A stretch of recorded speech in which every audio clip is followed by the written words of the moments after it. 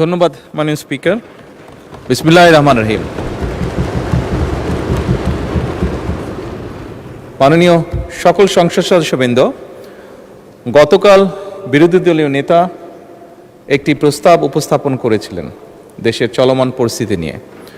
আমরা সকলেই আলোচনা করে একমত হয়েছিলাম বা একটি বিষয়ে আমরা সকলেই উপনীত হয়েছিলাম মাননীয় স্পিকার, যে এটি একটি বৈশ্বিক প্রবলেম। সারা বিশ্বেই এই সমস্যার তাপ ছড়িয়ে পড়েছে। মাননীয় বিরোধী দলীয় নেতা ওনার বক্তব্যে বাংলাদেশের এটি যে কনসার্ন সেটি এক্সপ্রেস করেছিলেন উনি, এবং ওনারা প্রস্তাব দিয়েছিলেন ওনাদের পক্ষ থেকে যে ওনাদের কাছে কিছু পরামর্শ আছে। সরকারি দল এবং বিরোধী দল আমরা একসাথে সেই বিষয়গুলি নিয়ে কাজ করতে পারি।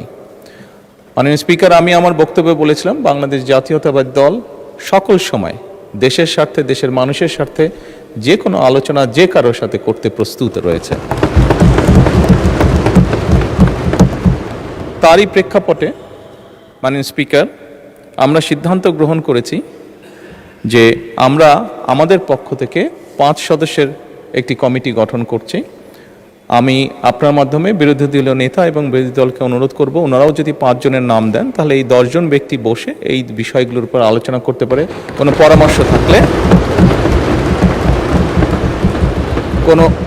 কোনো পরামর্শ থাকলে এই কমিটির মাধ্যমে সেটি সরকারের কাছেও আসলো এবং সরকার সেটার মধ্যে কোনো বাস্তবতা থাকলে অবশ্যই সেটি কার্যকর করার উদ্যোগ গ্রহণ করবে। আমি মাননীয় স্পিকার আপনার সামনেই নামগুলো এখন উপস্থাপন করতে চাচ্ছি আমাদের পক্ষ থেকে এখানে মাননীয় জ্বালানি মন্ত্রী জনাব ইকবাল মোহাম্মদ টুকু, প্রতিমন্ত্রী জনাব অমিত এবং মাননীয় সংসদ সদস্য এবি মাশরাফ উদ্দিন নিজাম লক্ষ্মীপুর 4, মঈনুল ইসলাম খান শান্ত মানিকগঞ্জ 2, মিয়া নুরুদ্দিন অপু শরীয়তপুর 3। এই 5 জনকে আমরা প্রস্তাবনা করছি। মাননীয় স্পিকার,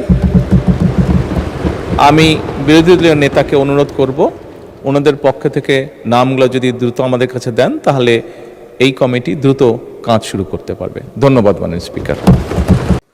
গতকালকে অর্থবহ আলোচনার পর আমরা একটা প্রস্তাব দিয়েছিলাম যে একটা কমিটি হলে আমরা উভয়ে এই সমস্যা নিরসনে ভূমিকা রাখার সুযোগ পাব।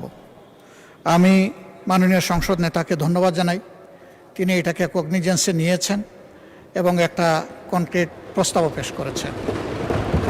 কমিটির সদস্য সংখ্যাও তিনি প্রস্তাব করেছেন এবং সরকারি দলের পক্ষ থেকে 5 জনের কথা এখানেই পরিষ্কার ঘোষণা করেছেন। আমিও তাকে সম্মান করে বিরোধী দলের পক্ষ থেকে আরও 5 জনের নাম ঘোষণা করছি। জনাব সাইফুল আলম খান, ঢাকা 12, নুরুল ইসলাম, চাঁপাইনবাবগঞ্জ 3, আব্দুল বাতেন, ঢাকা 16, মোহাম্মদ আবুল হাসনাত, কুমিল্লা 4, মুফতি মাওলানা আবুল হাসান, সিলেট 5। এই 5 জন ইনশাআল্লাহ একসাথে কাজ করবেন এই কমিটির সাথে।